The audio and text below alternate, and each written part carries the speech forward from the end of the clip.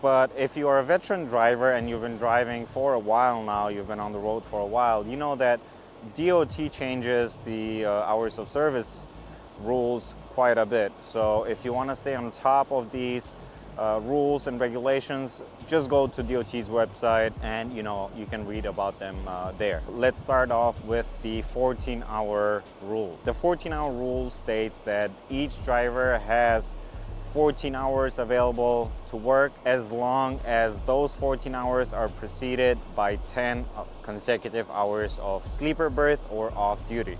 That means simply that you can work for 14 hours in a day as long as you had a 10-hour sleeper berth break or you came off of your restart. Now, in those 14 hours, each driver has 11 hours of driving time.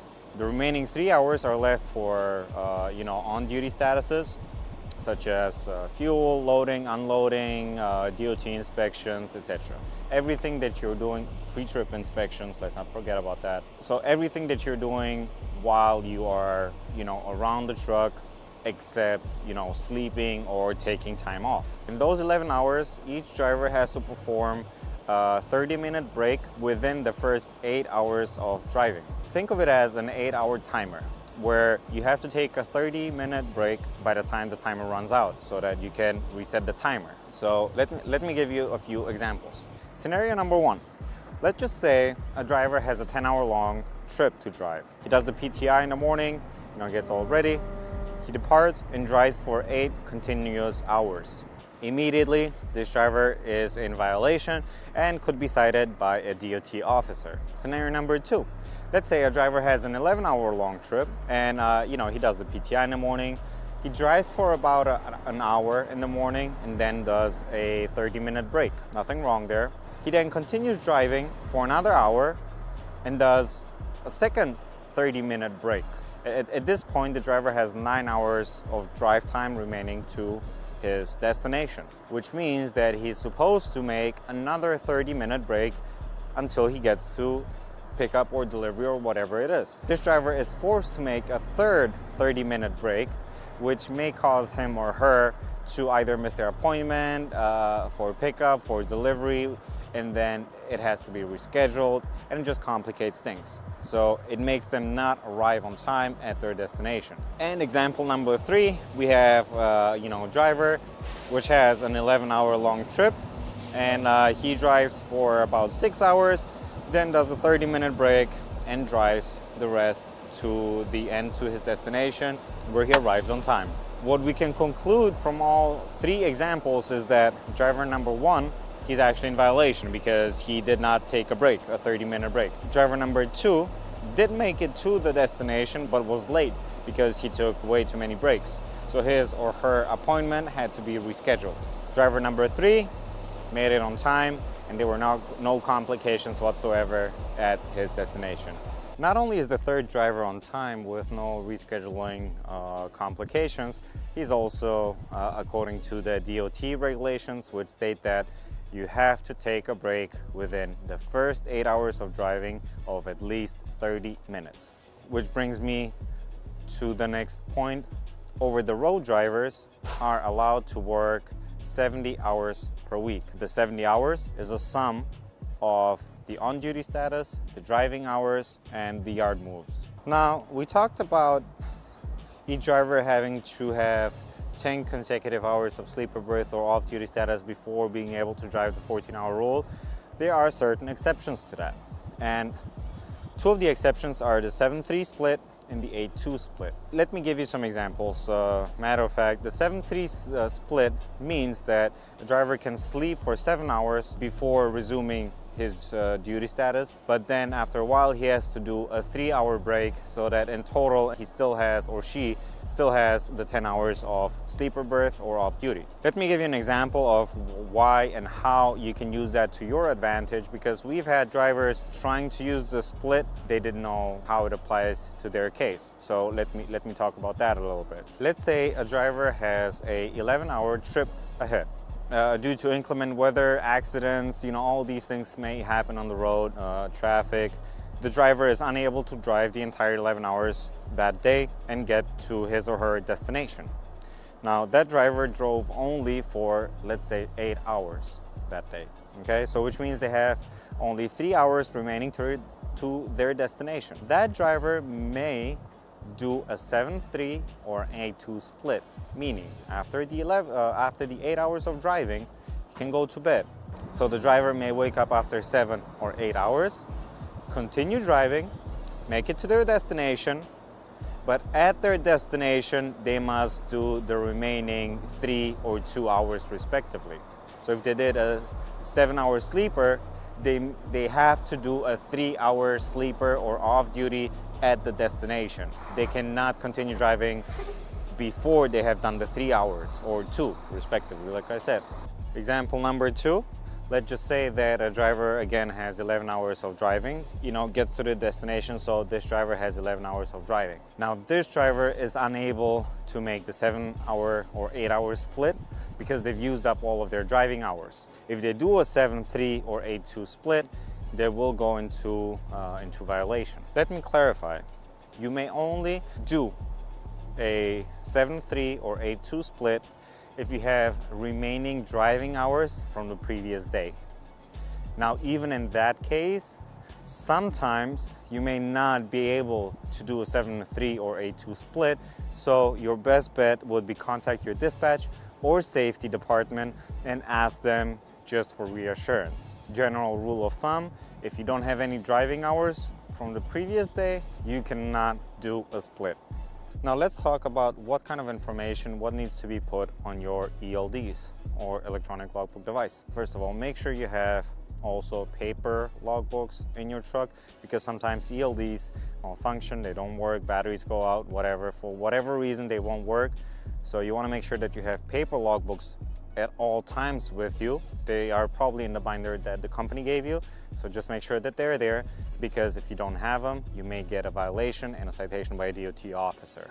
Now to continue, what kind of info needs to be put in the ELD? First and foremost, you need to update your shipping and trailer information. What does that mean? Every time you pick up a new load, hook up a new trailer, do a preloaded trailer, or even hook up to an empty trailer, after dropping your old trailer, you need to update the trailer number on the ELD to make sure that whatever you are hooked on is also on the ELD.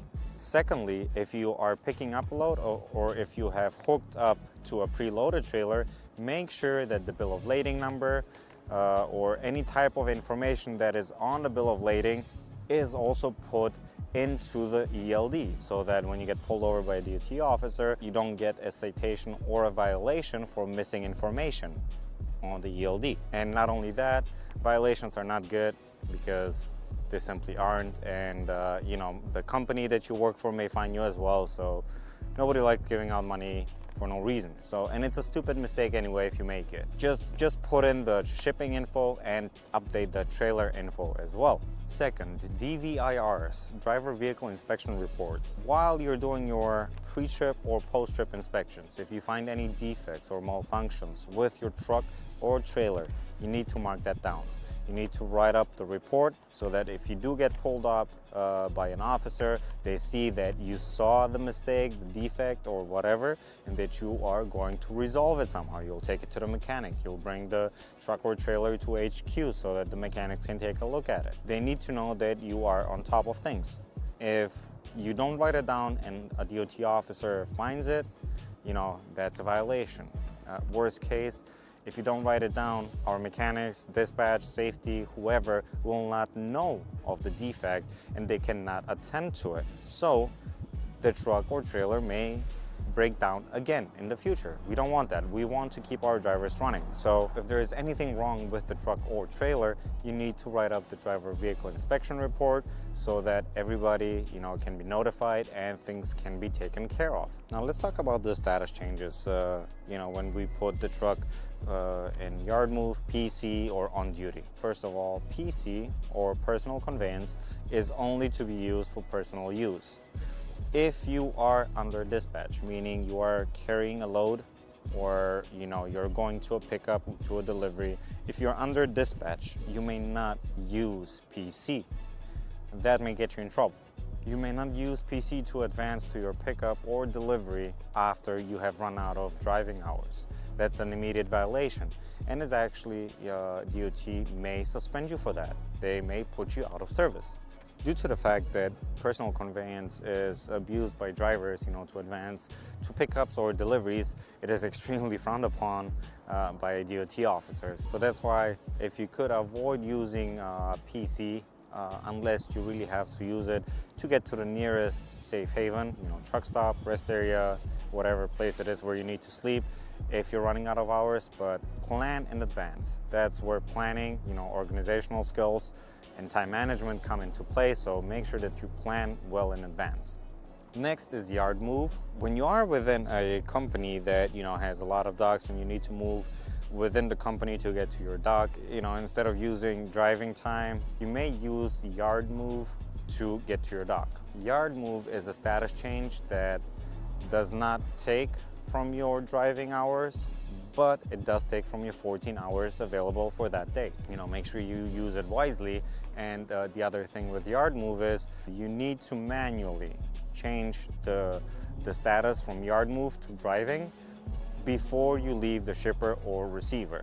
And we also have the on-duty status. So you put on-duty status whenever you are at pickup, picking up a load, whenever you're delivering a load, whenever you're fueling up, whenever you drop or hook your trailer, whenever a DOT officer is doing an inspection. So every time you are under dispatch, so to say, working in your truck and you're not driving or taking a break, it needs to be on-duty status. It is extremely important that with every status change, you need to mark down what the status change is. Every time you put on duty status, you have to write in the remarks section what you are doing. Are you doing your PTI? Are you fueling up? Are you doing a pickup? Are you doing a delivery? We have some examples where in our previous video of a badly kept logbook where every status change was not put down of what it was. So this is actually a violation, and this will get you a citation. Remember, every time you change your status to any of the previously talked about points, whether it is you're doing on duty, off duty, sleeper, yard move, anything, you have to put in the remarks section. This brings us to the final thing that, at the end of each day, working day, you need to do is certifying your logs. At the end of each day, each driver needs to certify their logbooks. So you went home for the weekend. When you come back on Monday, you need to certify the days for, Saturday, Sunday, before you can start your day on Monday. Manually recorded logs. To record a daily log manually, a form similar to this will be used. The following information must be recorded on the daily log at the start of each work shift. Driver's name, names of any co-drivers, if applicable, date, location where the work shift started, odometer or hubometer reading, vehicle unit or license plate number, start time using the time standard at the driver's home terminal, name of the carrier for whom the driver worked during the work day, and address of the principal place of business and home terminal of each carrier for whom the driver is employed or otherwise engaged during that work day. Note that the carrier's principal place of business is the location in Alberta designated in writing by the carrier to the Registrar of Motor Vehicle Services. In contrast, the home terminal is the place of business of a carrier at which the driver normally reports for work.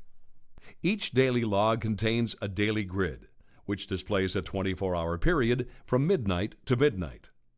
All duty statuses and activities must be recorded on the daily grid to account for all time during a workday.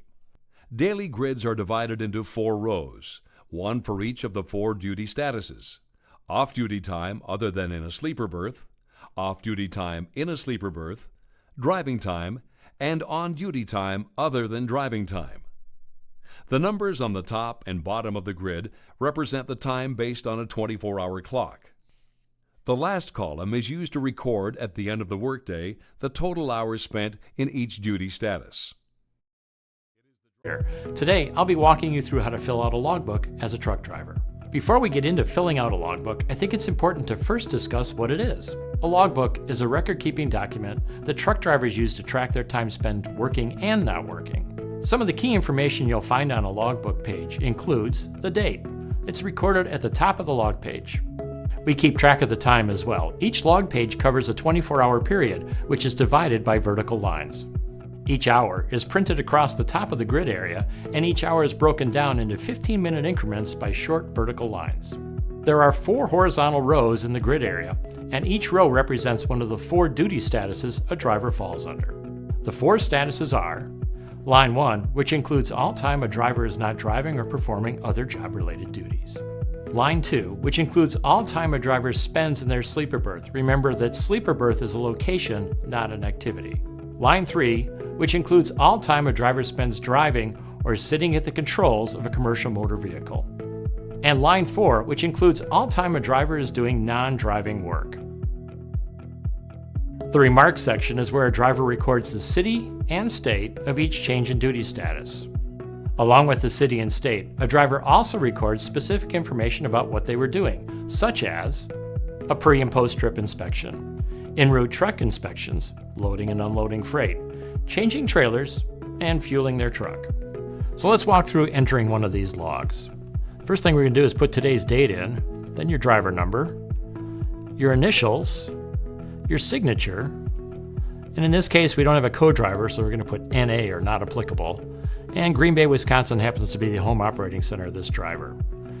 So he's going to enter his tractor number, his trailer number, and in this case, at the end of the day, he doesn't have any other trailers. We're going to enter the shipper information for Don's Paper Company. The commodity is paper products, and we've got a load ID.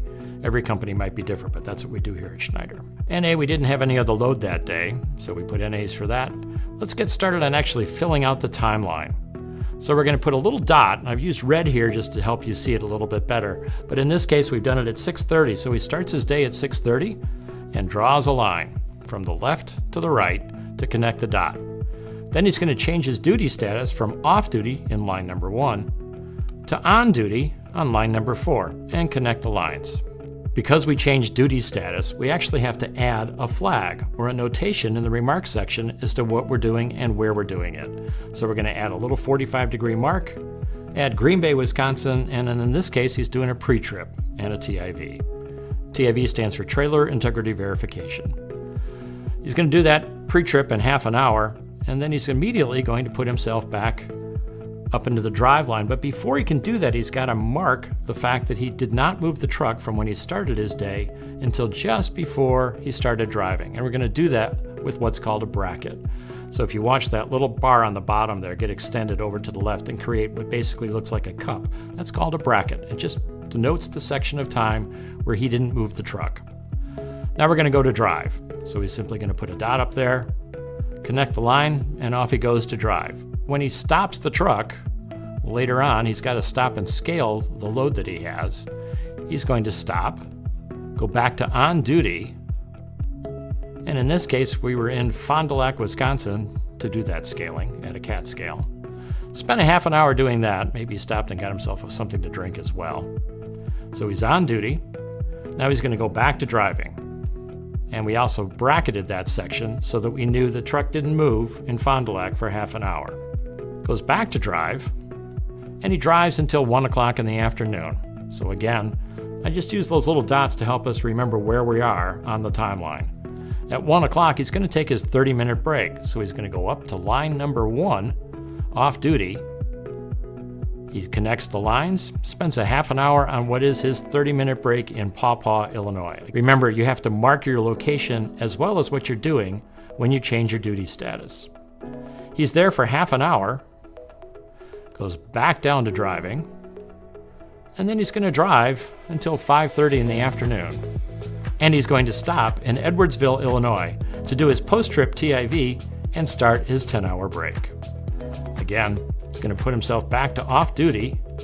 He's going to spend a little bit of time, an hour and a half in off-duty status. And then, because he has changed the location in his truck and he's actually in the sleeper berth, he's going to move his status down to line number 2, sleeper berth, where he will spend the rest of the night. One of the things we have to keep track of is how many miles we drove each day. And in this case, the total driving miles is entered up there next to the trailer number, and we're going to put in 472 miles for his day. As it turns out, he didn't have a co-driver, so the total truck miles for that day is the same, 472 miles. Now we've got to keep track of how much time we spent on each one of these duty status lines. So on line number 1, we count up the blocks, including the half-hour blocks, and we total it up. In this case, it's 8 hours and 30 minutes. We spent 5 hours in the sleeper berth, and we spent 9 hours and 30 minutes driving. And finally, we spent only a half an hour on each section there, so a total of an hour of on-duty time. And hopefully that always totals up to 24 hours. Now we have to keep track of how many hours of driving and how much on-duty time we have. And in this case, 9 hours and 30 minutes plus an hour equals 10 hours and 30 minutes. In this case, we're going to write it down as a digital equivalent, or 10.5 hours, and circle it. We hope this demonstration has helped you learn about the process of filling out a logbook. Remember, maintaining accurate records isn't just a legal requirement, it's also an essential part of ensuring your safety on the road.